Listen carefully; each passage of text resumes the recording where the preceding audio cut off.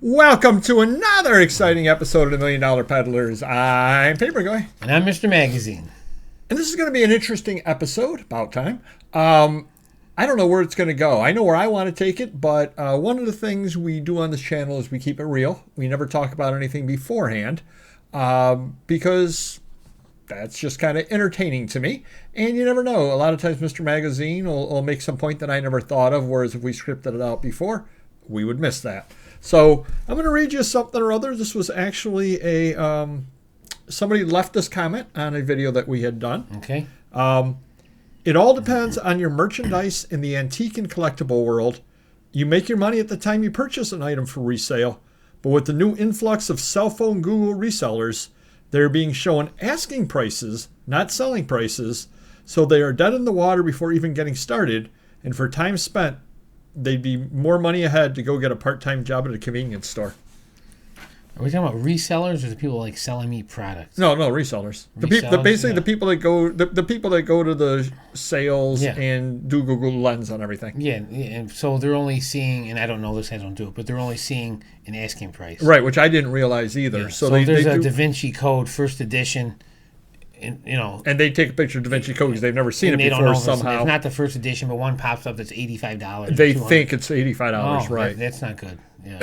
Well, thank you. Well, and at some point they must find that out. I guess they got to learn it the hard way, But that happens with everybody. For me, it's more for people trying to sell me things, and they'll say, "Oh, this is $1,200, and it's a graded 10 of a card that they have ungraded that's in poor condition that's worth $5." So it's hard to explain to people.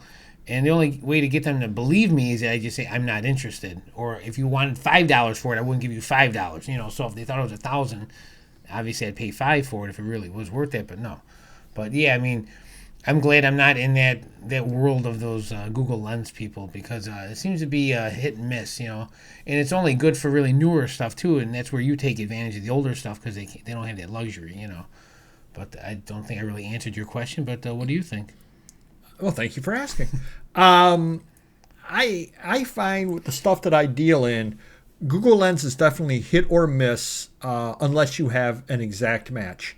And a lot of times if I pick up some, I don't know, March 1923 of some obscure magazine, you're not going to get an exact match. No, right. You're just not going to. And what would come up? Any that title, something similar issue, or a lot of times what'll come up will be the based off of the artwork. So if you have a Saturday Evening Post would be on there, obviously, because that's a common magazine. We'll just pretend that it's not. Yeah. And there's a fireman cover. It'll start bringing up other magazines that have fireman covers on it. It's kind of interesting, and if I had hair, I would pull it out at times. But waste a lot of time. It's time wasting too, especially if you're at a sale. You don't want to take 4 minutes on one book. Oh, no, yeah, right. And I don't use it at a sale. It's one of those things. I've gone home. I've had a feeling about something, and I bring it home, and now it's like, this is nice art, on the cover. Yeah. I'm not seeing inside where they identify the artist. Perhaps I can do a Google Lens search and come up with who the cover artist is. And by the time I page through 20 things and it hasn't come up yet, I said, nope, I don't know who the artist is. Yeah. So you use it not for like trying to buy the item, but researching. I'm using it for research, right? So right. You're at home, you're not in a rush.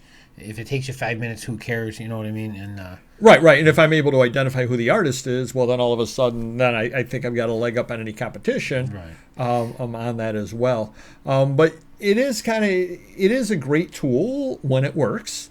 But like you said, I think it works really, really well on the newer stuff as opposed to some of the very, very obscure stuff that I have.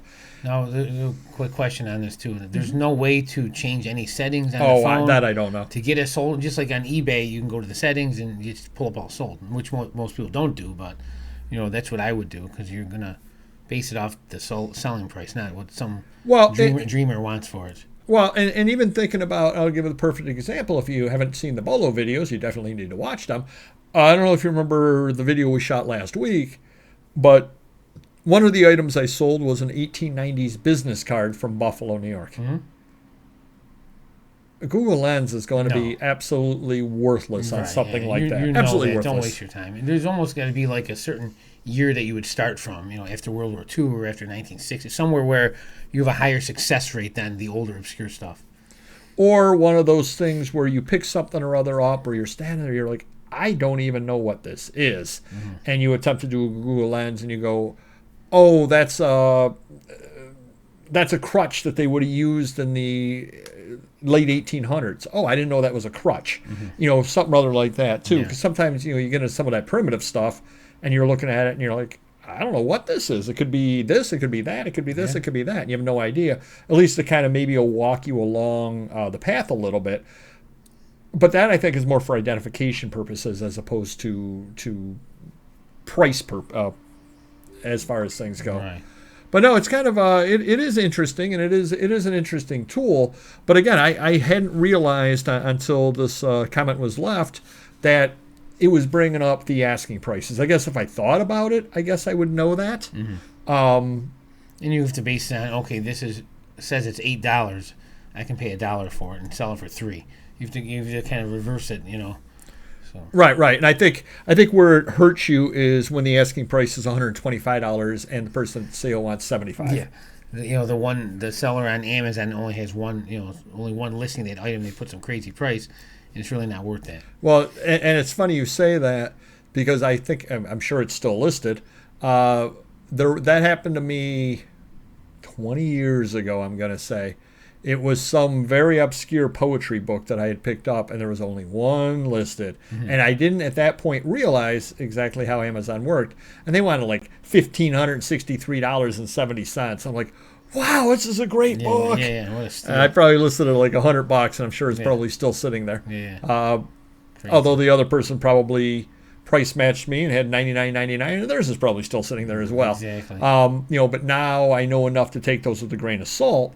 When I got started, I didn't. Now, that being said, I never based my purchases off of that. Mm-hmm. I just based when I was trying to list the items off of that, which, all right, if that book's still sitting in my basement at $1,500, oh well. Because I got it in a lot of other stuff, so I probably paid 50 cents for it, so it's not the end of the world one way or the other. Yeah. But no, definitely thank you for the comment. Do appreciate it. We do read them. And sometimes they give us a really good idea for a show. It was kind of interesting conversation today. Hopefully you liked it. Do comment down below on your use of Google Lens and how you like it and how you use it to your benefit. Like I said, 99% of the time, I'm using it when I'm at home to research. And even then, I might use it once to twice a week at most. Right. I really don't use it. Part of the reason is because a lot of the items I buy are so obscure. And another part of the reason why is because so many items that I buy is it's such a cheap price to start with that True. if I go to your table and you've got a box of paper and you go $1 an item and I start looking at it and you go, yeah, take the whole box for $25. I really don't have to Google Lens very much. Yeah, exactly. I really need. Wow, there's 300 pieces of paper in here, and I see 5 of the first 10 I would be interested in. Yeah, I think I can give you $25. Hopefully that helps you a little bit. Hit the like button if you could, and we will see you next video. Take care. Bye-bye.